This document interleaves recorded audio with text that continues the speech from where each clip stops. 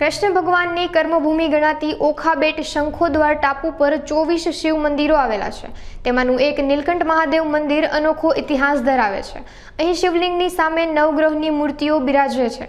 તેમજ દર મહાશિવરાત્રી અને શ્રાવણ માસની અમાસે દેશ પરદેશના સંતો અને મહાત્માઓ દ્વારા 24 શિવાલયો સાથે નીલકંઠ મહાદેવની સમૂહ પૂજા અર્ચના કરવામાં આવે છે। જ્યારે શનિવારે નવગ્રહની પૂજા અને સોમવારે શિવાલયની પૂજાનું વિશેષ મહત્વ રહેલું છે।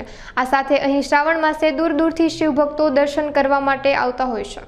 સાનિધ્યમાં આપણા નીલકંઠ મહાદેવ કે જે ભગવાન કૃષ્ણના વખતનું આ પૌરાણિક બેટ દ્વારકાનું જ્યારે કૃષ્ણ ભગવાન પણ સાધના કરતા એવા નીલકંઠ મહાદેવની આ મહાન એક ઇતિહાસ છે કે જ્યારે સમુદ્ર મંથન થયેલે અને સમુદ્ર મંથનની અંદર નીલકંઠ શું કામ કહેવાના, તો નીલકંઠ મહાદેવ તો ચારે તરફ છે, બધી જ જગ્યાએ છે। ઓરિસ્સામાં છે, ભુવનેશ્વરમાં, જેને લિંગ રાજા કહે છે, એણે પણ ઝેર ગ્રહણ કર્યું હતું। તો નીલકંઠનો અર્થ થાય છે કે નીલ એટલે ઝેર અને કંઠ એટલે ગળામાં। તો સમાજને ભગવાન શિવ કહે છે કે ઝેર તો હરેકમાં હોય છે, પણ એ ઝેર છે ને એને કોઈ દિવસ પેટમાં ન ઉતારવું, પેટમાં ઉતારવાથી બુદ્ધિ બગડે છે।